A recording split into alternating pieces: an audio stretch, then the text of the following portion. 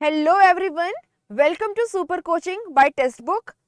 Guys, I am Sonpriya and आज हम बात करने वाले हैं एक बहुत ही इम्पॉर्टेंट टॉपिक की जो आपके स्ट्रेटेजी सीरीज के अंदर काफ़ी मायने रखता है और वो टॉपिक है which subject to begin with, कि जब हम अपना प्रिपरेशन शुरू करें तो कौन से सब्जेक्ट से चूज़ करें। यहाँ पे मैंने कुछ इमोटिकन्स डाले हैं। जब हम इतना सारा सब्जेक्ट्स देखते हैं, है ना, जो आपके प्रीलिम्स आपके मेंस में पूछे जाते हैं जिन सब्जेक्ट्स से क्वेश्चंस, सो हमारी हालत कुछ इन इमोटिकन्स जैसी होती है। सो मैंने सोचा इसके ऊपर आपके लिए एक स्ट्रेटेजी वीडियो बनाते हैं हम लोग, ताकि आपको एटलीस्ट हम हेल्प कर पाएँ कि आप इस सिचुएशन से बाहर निकल के एक स्माइलिंग फेस के साथ बाहर आए। होता क्या है बच्चों कि हर एक जो यूपीएससी एस्पायरेंट है, ऑलमोस्ट हर एवरेज यूपीएससी एस्पायरेंट की जो आपकी स्टडी टेबल होती है उसके ऊपर ऐसा एक पाइल ऑफ बुक्स होता है और वो शायद बेसिक बुक्स हैं ये सारी, है ना। कुछ ऐसा भी नहीं कि वो बहुत ज़्यादा पीएचडी कर रहे हैं, तो नॉर्मल है इतना बुक्स का होना। और वो भी क्योंकि आपके प्रीलिम्स में जिन सब्जेक्ट्स को पूछा जाता है, अगर वो हम देखें तो current events, history of India, world geography, polity and governance, economics, environment, science, सब कुछ है ना। पॉलिटी भी पढ़ना है, हिस्ट्री भी पढ़ना है, ज्योग्राफी भी पढ़ना है, इकोनॉमिक्स भी पढ़ना है, इकोलॉजी भी पढ़ना है, इन्वायरमेंट भी पढ़ना है, साइंस भी पढ़ना है, और करंट इवेंट्स को तो आप छोड़ ही नहीं सकते हो, एग्जाम का नेचर ही कुछ ऐसा है। इन इतने सारे सब्जेक्ट्स की बुक लिस्ट का जो वीडियो है वो तो मैंने ऑलरेडी बना के डाल दिया है कि आपको ये बुक्स तो पढ़नी ही पढ़नी है अगर आपको इन टॉपिक्स को कवर करना है, तो कि ये तो कोर बुक्स हैं।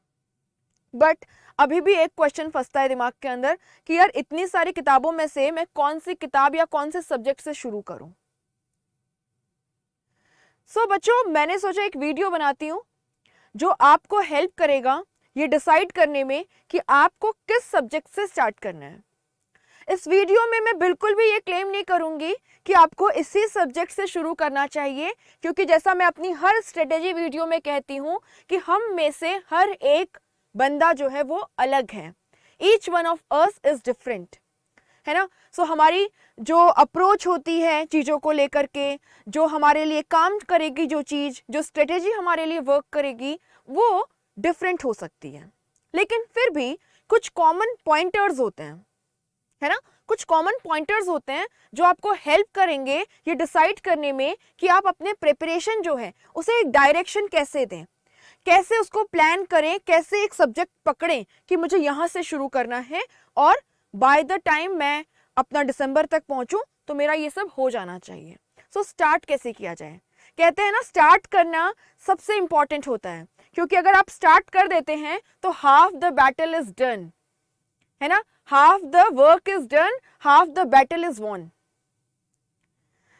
इसी के लिए ये वीडियो बनाया गया है जो आपको हेल्प करेगा कुछ पॉइंटर्स के साथ में, कुछ गाइडिंग लाइंस के साथ में, कि कैसे आप अपने किस सब्जेक्ट से आप शुरुआत करें, इस क्वेश्चन को टैकल करके एक स्माइलिंग फेस के साथ यहां से जाएं।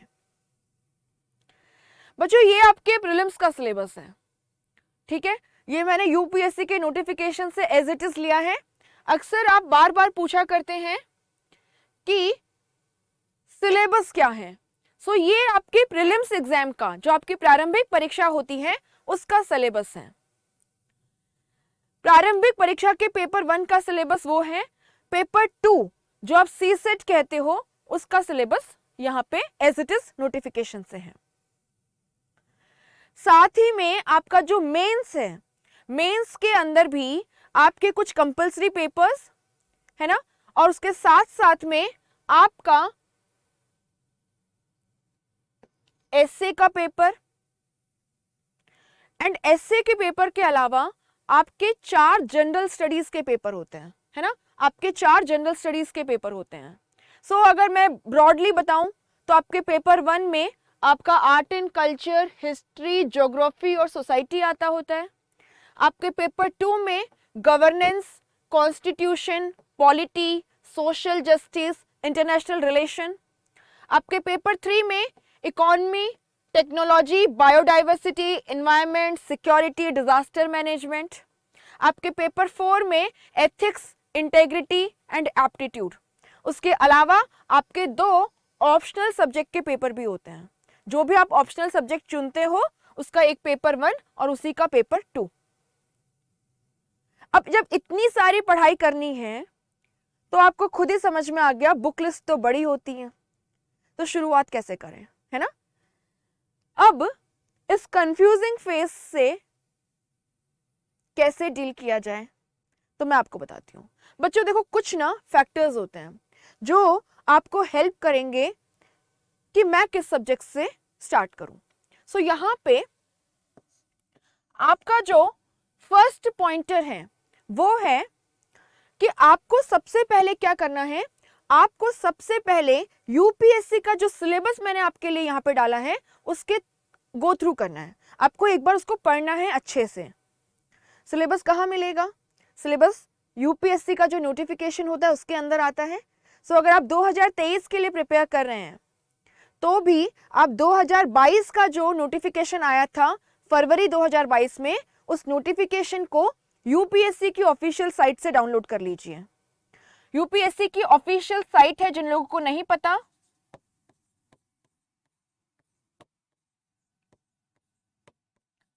ये यूपीएससी की ऑफिशियल साइट है। यहां पे आप एग्जामिनेशन वाला जो सेक्शन है उसमें जाकर के अपने सिलेबस को डाउनलोड कर सकते हो, बेसिकली नोटिफिकेशन को, है ना। सो जो नोटिफिकेशन आता है आप उसको डाउनलोड कर लीजिए और इस नोटिफिकेशन के अंदर आपकी scheme of examination,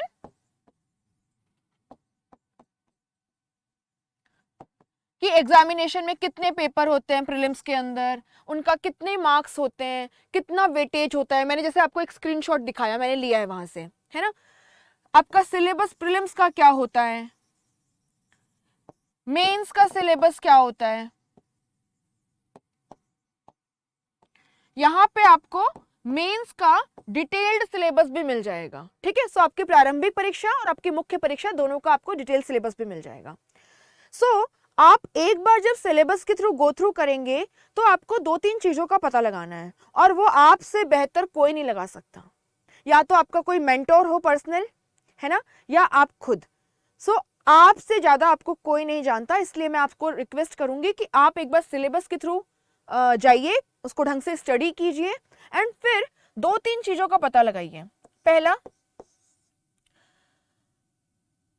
in which subject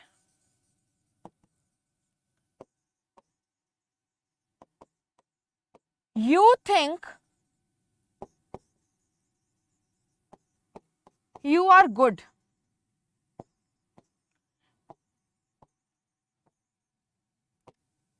कि ऐसे कौन से सब्जेक्ट्स हैं कि जिनके अंदर आपको लगता है आप अच्छे हैं। और यहाँ पे लगता है का मतलब ऐसे नहीं है हवा में बातें करनी है, यहाँ पे लगता है का मतलब है कि आपको अच्छे से सीरियसली, है ना, सीरियसली खुद का एनालिसिस करना है कि मैं किस सब्जेक्ट्स में अच्छा हूं। क्या मेरी हिस्ट्री बहुत अच्छी है, क्या मेरी पॉलिटी बहुत अच्छी है, क्या मेरी इकोनॉमी बहुत अच्छी है, क्या मैं करंट इवेंट्स में बहुत अच्छा हूं, है ना, या मेरी ज्योग्राफी बहुत अच्छी है। सो यहां पे आप 2 चीजों का पता लगाइए कि आप किस सब्जेक्ट में you are very good eight,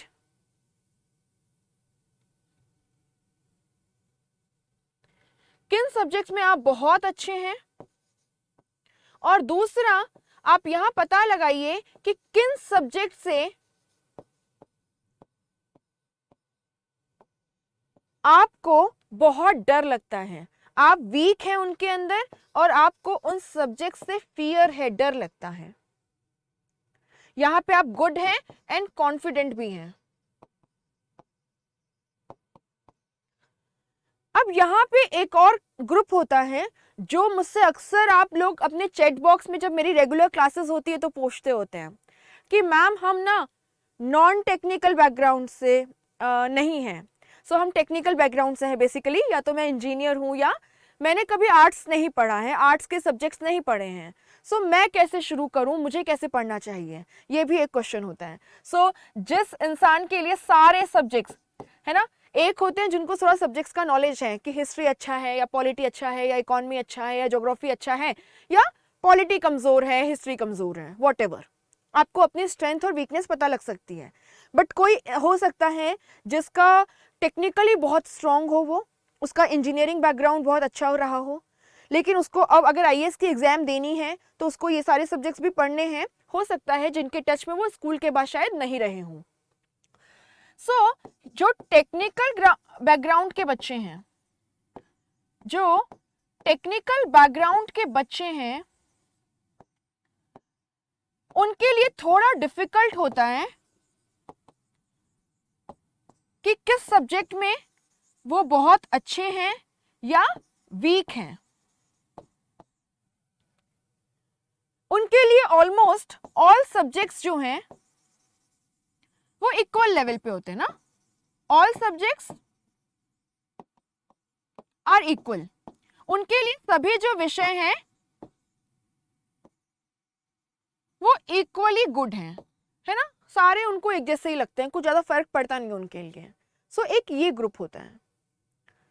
अब जब आपको पता चल गया कि मेरी स्ट्रेंथ ये है, मेरी वीकनेस ये है, या आपको पता चल गया कि यार मैंने सिलेबस के थ्रू गो थ्रू किया, मेरे लिए ऑलमोस्ट सारे सब्जेक्ट बराबर से हैं, तो अब आपको डिसाइड करना है कि मैं स्टार्ट कहां से करूं। बच्चों एक इसमें आपको एक और टेस्ट करना है खुद के लिए, और वो टेस्ट है आप अपनी पर्सनैलिटी को एनालाइज करेंगे। आप अपनी पर्सनैलिटी का सेल्फ एनालिसिस करेंगे कि what kind of person you are, आप कैसे इंसान हैं, आप कैसी पर्सनैलिटी हैं। क्या मतलब है इसका, बहुत ज्यादा इन डेप्थ में नहीं जाना, बस आपको पता करना है कि यार मैं कैसा इंसान हूं। अगर मैं जो सब्जेक्ट्स में अच्छा होता हूं, अगर मैं वो सब्जेक्ट्स पढ़ना शुरू करता हूं तो मुझे कॉन्फिडेंस आता है, और फिर जब एक बार जो मेरी स्ट्रेंथ है उसको मैं कंसोलिडेट कर लेता हूं, और फिर मैं उन सब्जेक्ट्स की तरफ जाता हूं जहां पे हो सकता है आप कमजोर हो, आपको मेंटोरशिप की जरूरत हो, है ना, जिनमें आप कमजोर हो, आपको मेंटोरशिप की जरूरत हो, आपको गाइडेंस की जरूरत हो, तो आपको लगता है कि आप ज्यादा अच्छा परफॉर्म कर सकते हो। सो इन लोगों के लिए यही आंसर है क्वेश्चन का, which subject to begin with. सो आप अपने जिस सब्जेक्ट में आप गुड हैं, subject you are good at, यहां से आप शुरू करें, एंड धीरे धीरे जिन सब्जेक्ट्स में आपको कम इंटरेस्ट है ना, आपका इंटरेस्ट कम है, या आप उनमें कमजोर हैं, या आपको उनसे डर लगता है, आप उनमें लेस कॉन्फिडेंट हैं, उनकी तरफ जाइए। जहां कहीं आपको गाइडेंस की जरूरत पड़ती है, please feel free to take mentorship, guidance आपके सीनियर्स से, आप किसी कोचिंग इंस्टीट्यूट से जुड़े हुए हैं उससे, है ना, कोई मेंटोर है आपका उससे, जहां पे भी आपको प्रॉपर गाइडेंस आपको लगता है आपको मिलती है, जो आपको कॉन्फिडेंस दिलाती है, उनसे पूछिए, बात कीजिए, एंड अकॉर्डिंगली इन सब्जेक्ट्स की तरफ बढ़िए। दूसरे कैटेगरी के वो लोग होते हैं जिनको लगता है कि यार मेरा हिस्ट्री तो ऑलरेडी अच्छा है, मुझे हिस्ट्री में सारा डिटेल में आता है, या फिर पॉलिटी, यार पॉलिटी तो मुझे सब कुछ अच्छे से आता है, इकोनॉमिक्स तो मुझे बहुत अच्छे से आता है, क्योंकि पॉलिटी और इकोनॉमी मेरा इतना अच्छा है कि मैं जब न्यूज़पेपर पलटाता हूं तो मुझे न्यूज़पेपर के सारे इवेंट्स भी समझ में आते हैं कि पॉलिटिकली अगर मान लीजिए महाराष्ट्र में क्राइसिस हो रहा था तो वो क्या क्राइसिस था, या इकोनॉमिक्स में मार्केट्स का डाउन होना, अप होना, है ना, इन्वेस्टमेंट का बढ़ना, कम होना, या रुपये का फॉल होना, एप्रिसिएशन, डेप्रिसिएशन, ये सब तो मुझे आता है, बेसिक्स तो आता है सारा अच्छे से। सो वो लोगों को लगता है कि यार जो आता है ना उसको तो मैं बाद में भी कर लूंगा। मेरी सबसे ज्यादा डर है कि जो नहीं आता वो अगर मैं लास्ट में करने जाऊंगा तो मुझसे नहीं हो पाएगा, मैं हड़बड़ी में कुछ नहीं कर पाऊंगा। अगर आप उस काइंड के इंसान हैं, आप सेकंड कैटेगरी में फॉल करते हैं, तो आपको बट ऑब्वियस सी बात है, मैं सजेस्ट करूंगी कि प्रॉपर गाइडेंस के साथ में, बुक लिस्ट के साथ में आप यहां पे आपके जो वीक सब्जेक्ट्स हैं, जिनमें आप बहुत ज्यादा कॉन्फिडेंट नहीं हैं, आप लेस कॉन्फिडेंट हैं, आप वहां से शुरू कीजिए। वो कुछ भी हो सकता है, वो पॉलिटी हो सकता है, वो इकोनॉमी हो सकता है, वो हिस्ट्री हो सकता है, वो ज्योग्राफी हो सकता है। आप यहां से शुरू कीजिए एंड धीरे धीरे आप प्रोग्रेस कीजिए उन सब्जेक्ट्स की तरफ जो यू आर गुड एट, ठीक है, जिन सब्जेक्ट्स में आप काफी अच्छे हैं, यू आर गुड एट। ये तो हो गई उन लोगों की बात जिनको पता है कि हम किस कैटेगरी में फॉल करते हैं, हमारे कौन से सब्जेक्ट्स बहुत अच्छे हैं, कौन से सब्जेक्ट्स थोड़े कमजोर हैं। सो आप फर्स्ट अप्रोच अपनाइए या सेकंड अप्रोच, बेस्ड ऑन आपकी पर्सनैलिटी कैसी है वो आप डिसाइड करेंगे, है ना, that will be your call. अब दूसरी कैटेगरी के लोग आते हैं बच्चों,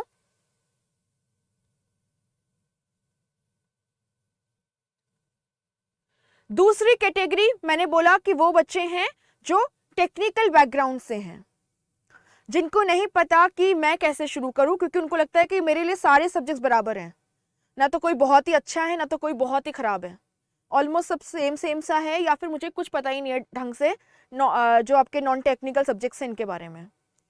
उनके लिए एक सजेशन है मेरी, ठीक है, उनके लिए मेरी एक सजेशन है कि आप जो हैं आप ऐसे सब्जेक्ट से शुरू कीजिए जो आपको एक होलिस्टिक वे में प्रोग्रेस करने में हेल्प करेगा। जैसे अगर मैं अपनी राय दूं एज ए मेंटोर, आप अपने किसी और मेंटोर से भी हेल्प ले सकते हैं, गाइड ले सकते हैं, आप किसी कोचिंग में जाते हैं वहां पूछ सकते हैं, लेकिन अगर आप मेरी राय लें तो मेरा सजेशन होगा आप हिस्ट्री से सब्जेक्ट शुरू करें।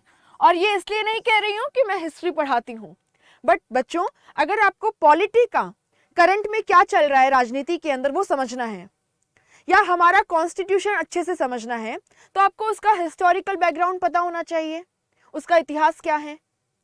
अगर आपको इंटरनेशनल इवेंट्स को समझना है ना, आपको रशिया और वेस्ट की रिलेशनशिप को समझना है, आपको चाइना की पॉलिसीज को समझना है, इंडिया चाइना के रिलेशन को समझना है, इंडिया अमेरिका के रिलेशन को समझना है, तो आपको उसकी भी हिस्ट्री पता होनी चाहिए। सो आपकी चाहे पॉलिटी हो गई, चाहे आईआर हो गया, चाहे पोस्ट इंडिपेंडेंस इंडिया के बाद गवर्नमेंट ने कौन कौन से स्टेप्स लिए वो हो गए, चाहे हमारी इकोनॉमिक पॉलिसी में जो चेंजेस हैं, प्रेजेंट शेप है हमारी इकोनॉमी का वो हो गया, इन सब के लिए आपको हिस्ट्री जानना जरूरी है। सो मैं कहूंगी आप हिस्ट्री से शुरुआत करें, क्योंकि ये आपको पॉलिटी के कॉन्स्टिट्यूशन को समझने में, ये आपको इंटरनेशनल जो रिलेशंस है आईआर उसको समझने में, ये आपको पोस्ट इंडिपेंडेंस समझने में,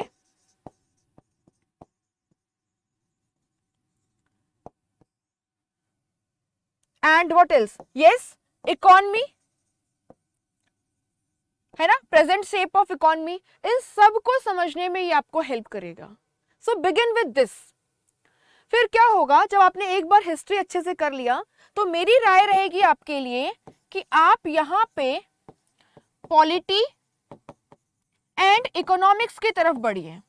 और मैं ऐसा क्यों बोल रही हूं आपको, क्योंकि बच्चों अगर इस एग्जाम के लिए आपको करंट इवेंट्स को प्रिपेयर करना है, आपको न्यूज़पेपर पढ़ना है, जो सब कहते हैं न्यूज़पेपर पढ़ो, आपके पास पॉलिटी और इकोनॉमिक्स का नॉलेज होना बहुत जरूरी है, तभी आप पॉलिटी समझ पाएंगे, है ना।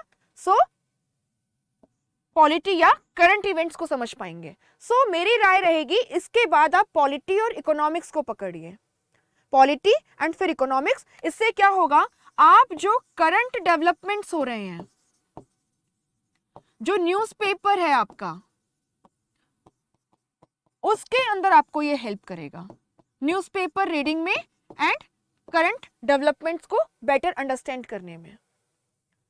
इसके बाद में आप अपना ज्योग्राफी, है ना, इन्वायरमेंट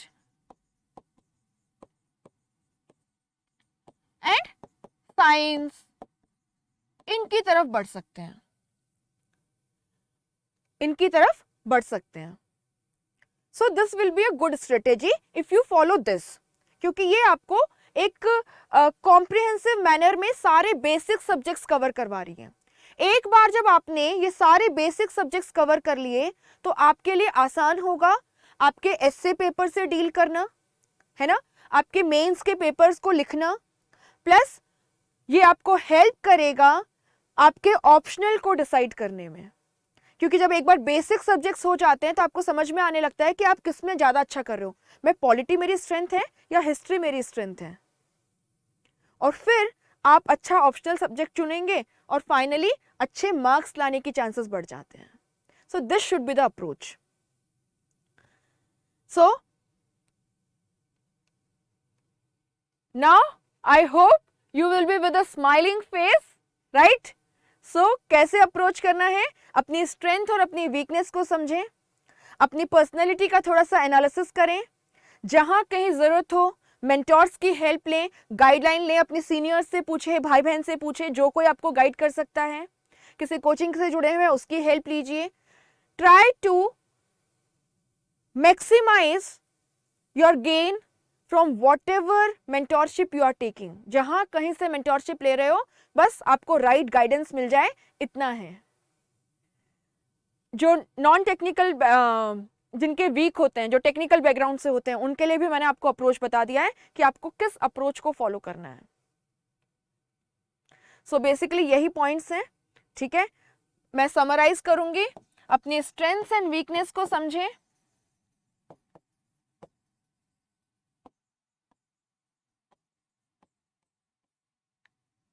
अपनी पर्सनैलिटी का अच्छे से एनालिसिस करें,